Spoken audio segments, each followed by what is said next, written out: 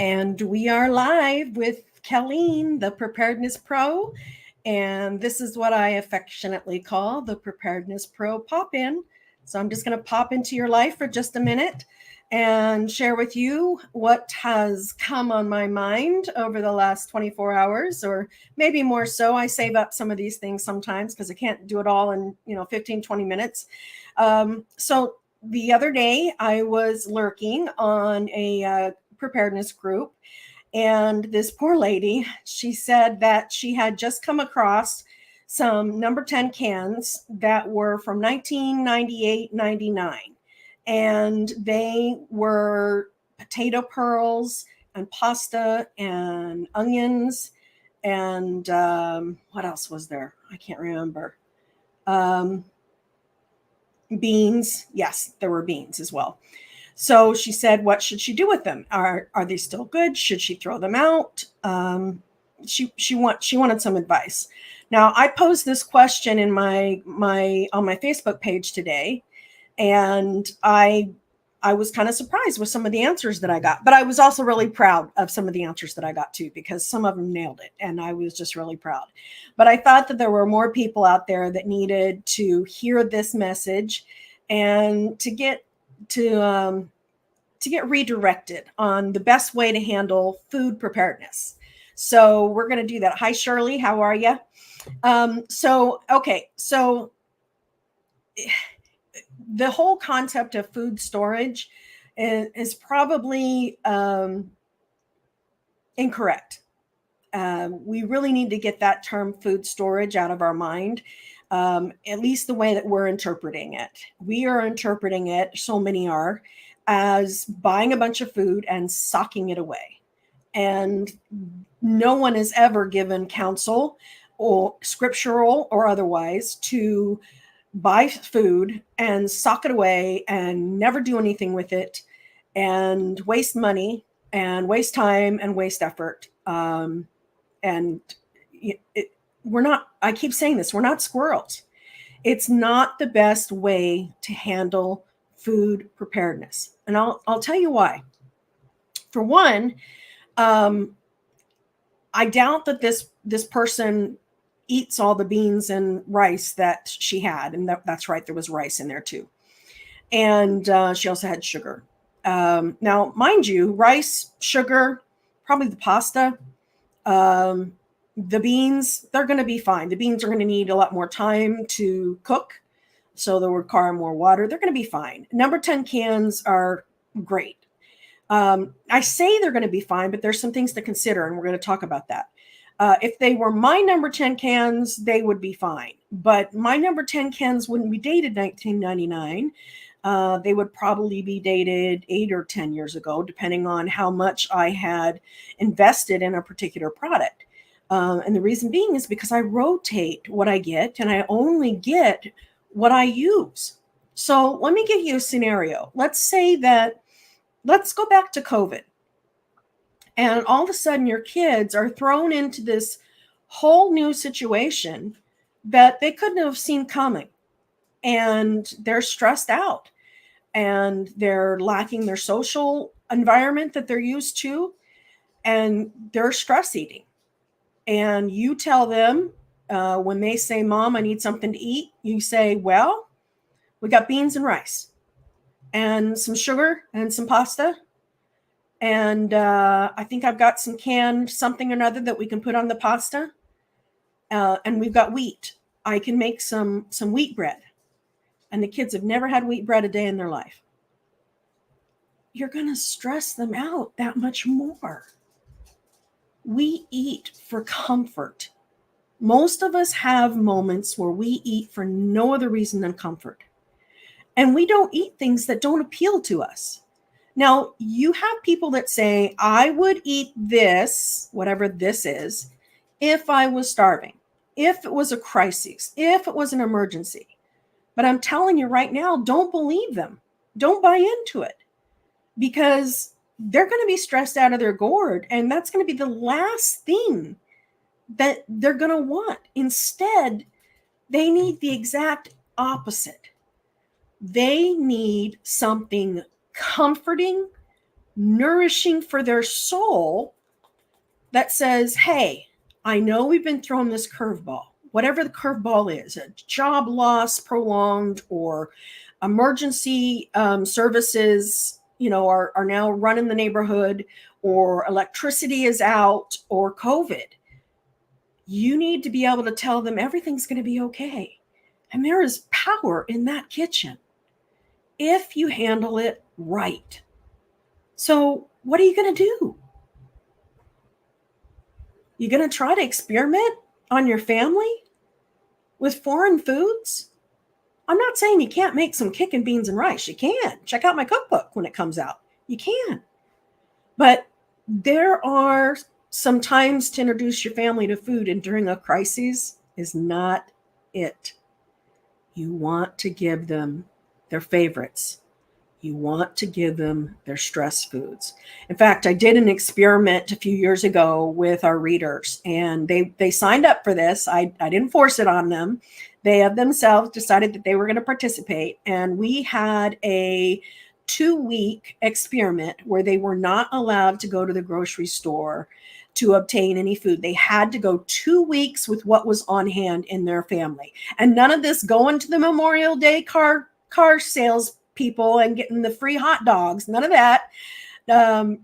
Nothing like that. Okay. So they had to go 2 weeks, and it was a great dress rehearsal. Some of them said that they were really lacking on comfort foods. They did not realize what a big deal that was. And I'm telling you, it's a huge deal. Every single recipe that I put in my cookbook is to bring comfort.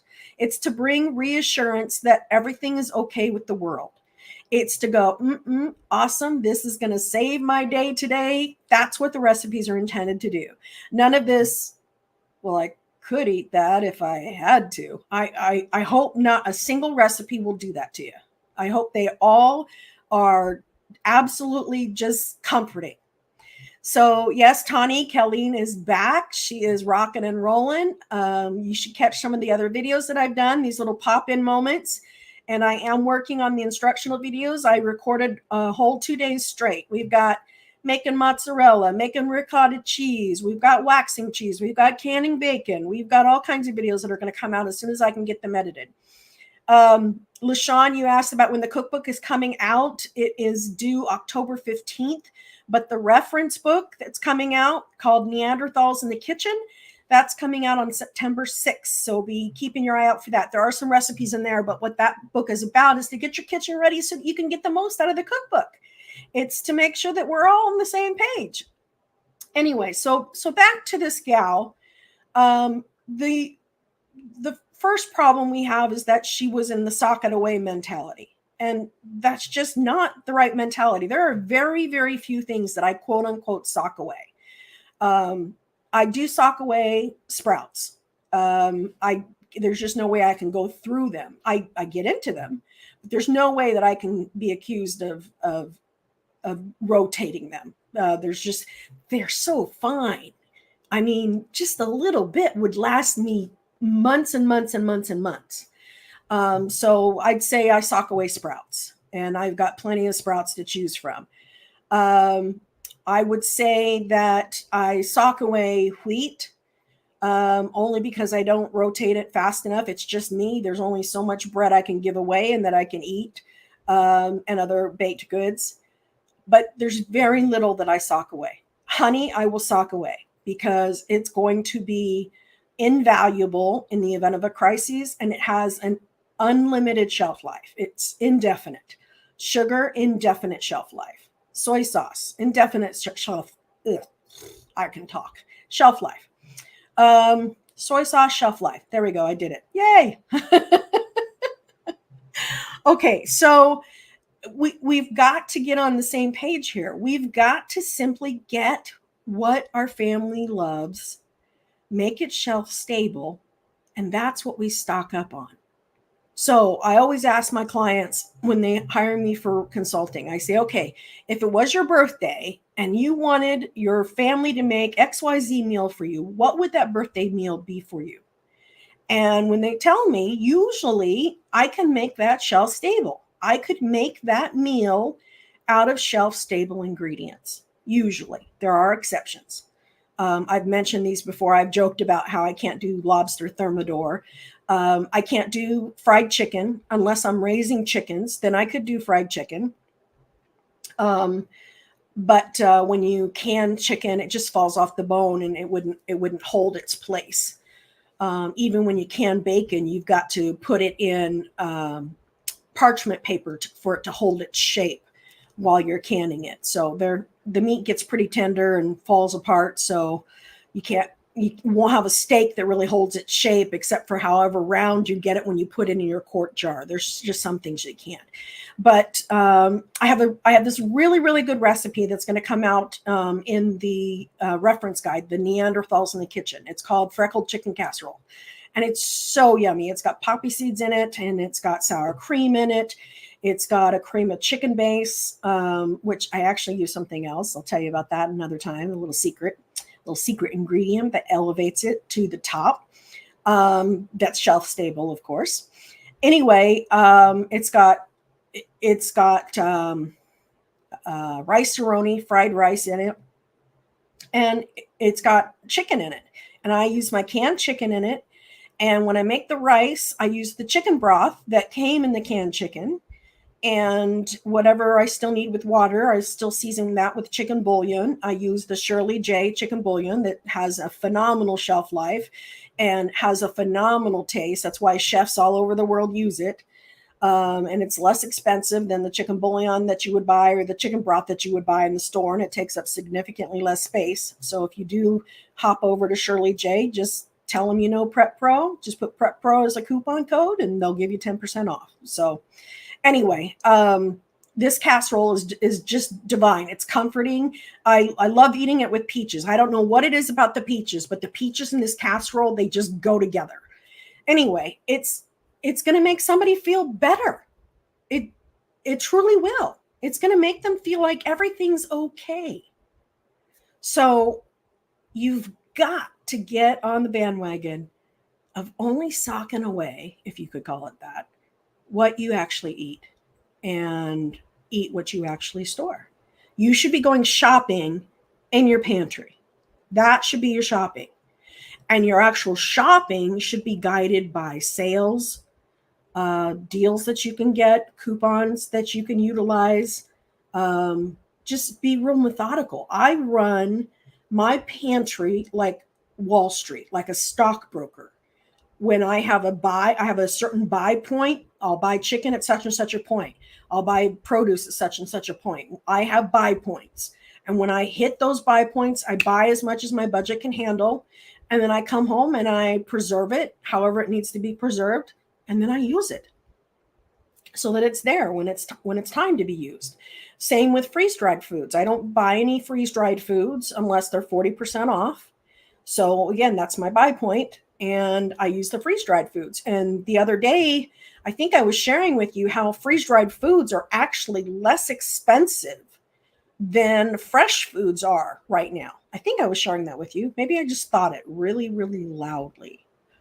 I don't know. Anyway, it's true. Maybe I can go into that some other time and talk to you about the math of all of that. But it's actually true that it's less expensive for freeze-dried food and it lasts longer. It's going to be there for you. It's going to taste fantastic.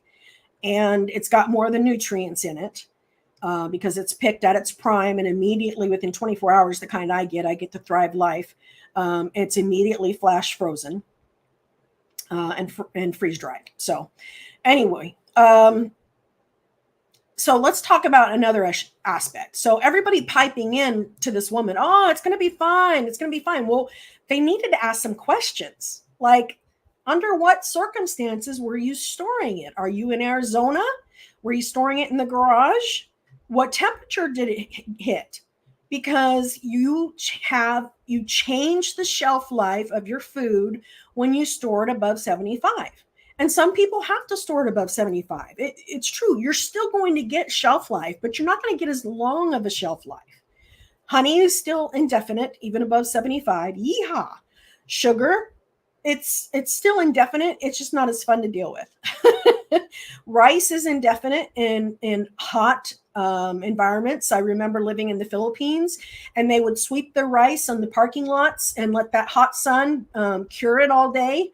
And they always sat the bags of rice out in the hot sun. There's no air conditioned trucks carting this stuff around. That's not how rice is meant to be handled.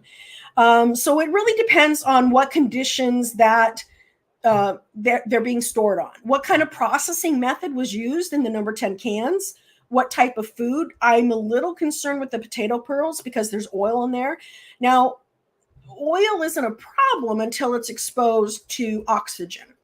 But sometimes an oil can get stale and kind of leave a not so great taste. So it depends on what kind of oil was used. That's another consideration. See, so what I'm saying is before people go, it's fine, they really should ask some questions, because these questions mean something. What about the integrity of the cans? Were there any bends? Are they rusty? Those kind of things you need to consider. So optimal storage conditions for any food, and I'm not saying sock it away and store it at this. I'm saying when you're stocking up on a certain recipe that your family's going to love, you want to store it below 75 degrees. Many foods in number 10 cans can last 25 to 30 years or more. And again, I'm not saying that's what you're socking it away for, but I'm saying if you get a really great deal on green beans, freeze-dried green beans, then go ahead and go crazy and not worry about how long it takes you to rotate through them.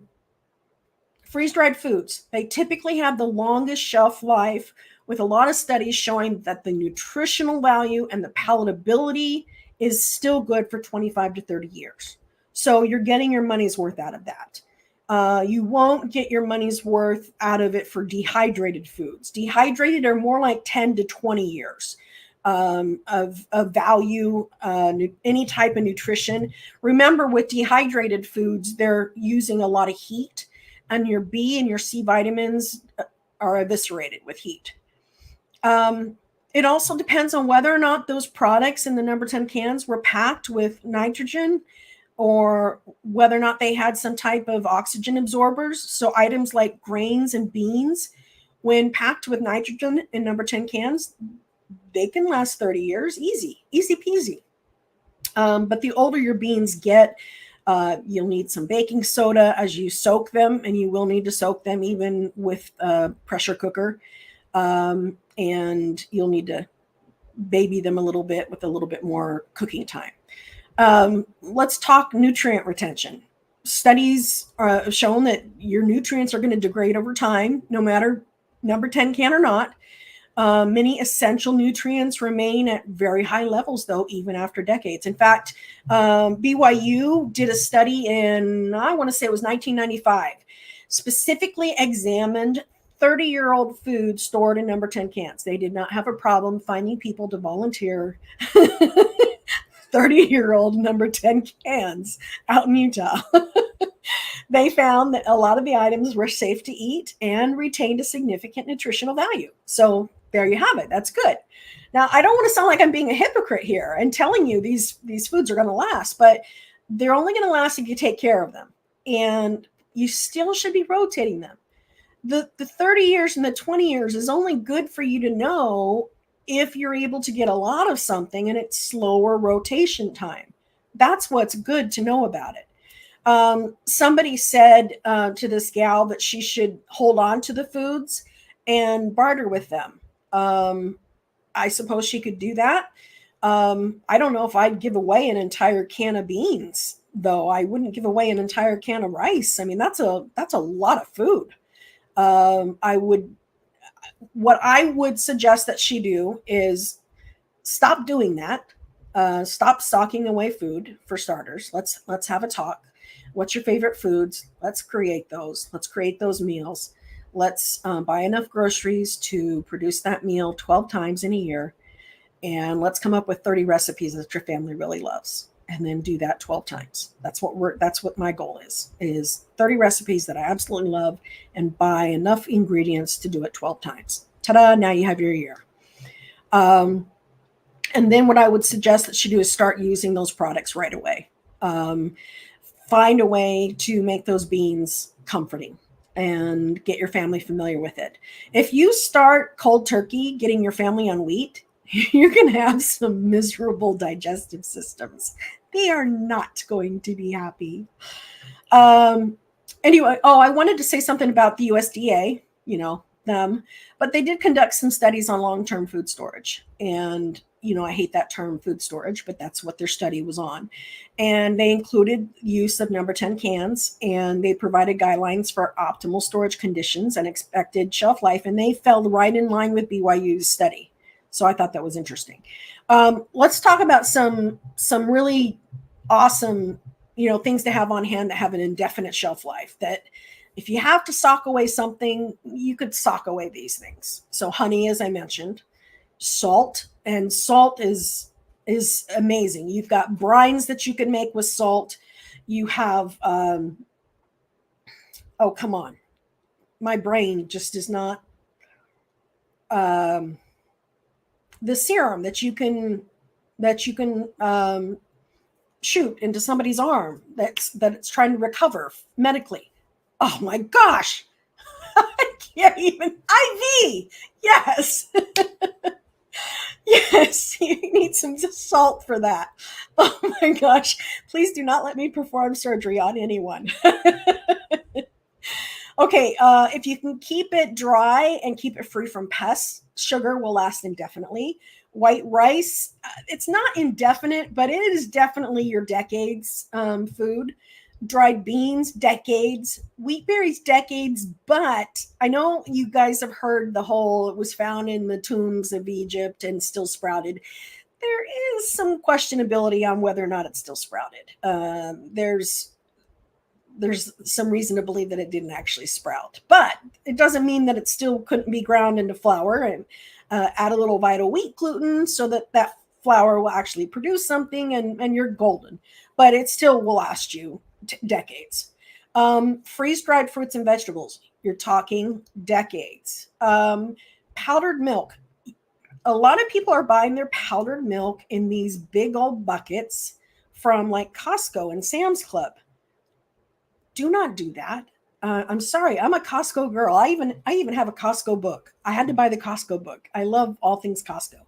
But oxygen can still permeate plastic, and moisture can still permeate plastic, and chemicals can still permeate plastic. So your powdered milk will not last 25 years in that kind of packaging. Number 10 can, you're good. Jars, you're good. So that's great. My favorite powdered milk is done by Thrive Life. So if you mosey on over to Thrive Life, just do thrivelife.com/preparedness pro. Yes, I am shamelessly marketing myself because I love their stuff so much. I thought I'd be a consultant. So go over there and order that way. Pretty please. Instant coffee, that's decades as well if it's kept dry. So for the coffee drinkers. Now, here's something that most people think is very vulnerable, but it's not. Rolled oats, not quick oats, but rolled oats can last 25, 30 years easy when properly stored. And in number 10 cans, you're golden. Popcorn kernels. You can make cornmeal out of popcorn kernels just as easy as you can dent corn, but dent corn doesn't have the shelf life as popcorn kernels. So, and you can't pop dent corn. It doesn't have the same interior and moisture as popcorn kernels. So I say stock up on the popcorn kernels. Dent corn is more abundant, so it's less expensive than popcorn kernels, but you can always have popcorn, right? Maple syrup, 25 years if stored properly. And you can even can your maple syrup. I can mine in the pressure canner. Soy sauce, because of its high salt content, you're looking at a couple decades. Now, this is one that you probably aren't aware of, but bouillon cubes or powder typically can last 10 to 15 years. But that's because of the MSG that's typically in it. Now, the Shirley J that I get, no MSG, no hydrogenated oils, but you're still looking at 20 years of the shelf life. So I love it. And there's an anti-caking agent in it so that it still stays usable. It may change colors, but it's not going to change in flavor. It's still going to be amazing. Now, the pasta that was in those number 10 cans that lady had, they're probably still good. 25, 30 years, easy. If not kept in a box, but kept, if you did the oxygen absorber or you did the mason jar sealer on your jars with pasta in them, you're looking at 25, 30 years. As long as those jars didn't break and crack, you're good. So again, cool temperatures, 75 degrees and below. Try to make it low humidity. The humidity is going to compromise some of your shelf life. Here I am in Ohio, and doggone it, I've been seeing some of that. Protection from light. We don't want light on it. Protection from pests. I have plenty of mouse traps. Not only do I have them out, but I have a supply of them in the event that, I'm in a situation where I need more mouse traps. You want really intact, airtight packaging. And while they can last for a long time, obviously, it's good to periodically check them and not just forget them. So she wasn't periodically checking it. She wasn't rotating through it.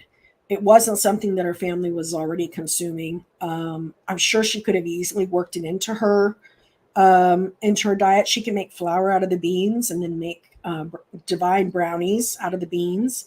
Yep, kids, we're eating food storage. It's brownies tonight. Woohoo! Anyway, just remember about plastic containers. They're not considered airtight, especially when compared to metal cans or glass jars or Mylar bags. They just have a permeability to gases and moisture over time. So just wanted to make you aware of that. So somebody's asking, what would be the shelf life on freeze-dried foods repackaged into jars or Mylar bags? You're still looking at the 25 to 30 years. I know that you opened them up, but that didn't unnecessarily minimize your shelf life. Here's something that's unusual is the Department of Defense. Now, I know this may sound weird because it's the Department of Defense, but a lot of people want to know what the shelf life is of their medications or medications, period. So some people, let's say they were on, like I was on diabetes medication, but I'm keeping that diabetes medication that I had. It wasn't insulin, it was the metformin.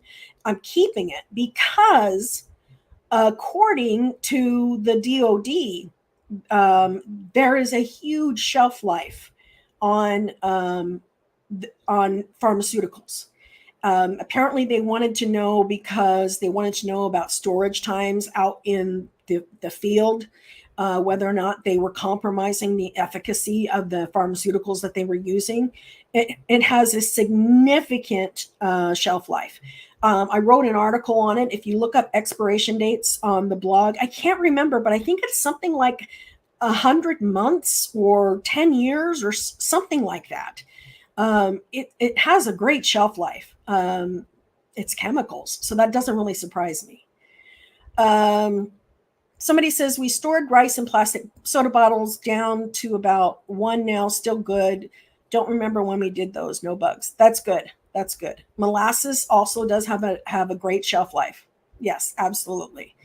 Okay, well, thank you, saline IV. Yes, LaShawn, that's what I was trying to think of. It's the saline. Dadgummit, my brain was just not functioning there. All right, well, I've taken up plenty of your time. Didn't mean to go this long today. I'm happy that you're on, that you're tuning in, and I will keep doing this and look for the book coming out on September 6th and look for the cookbook coming out on October 15th. We're just bugging away here. We're just doing lots of stuff for you, and make sure that you check every day. There's a new blog article every weekday that comes out, and an old blog article that comes out with it every weekday, and usually something fun on the weekends as well. So take care, everyone. Bye-bye.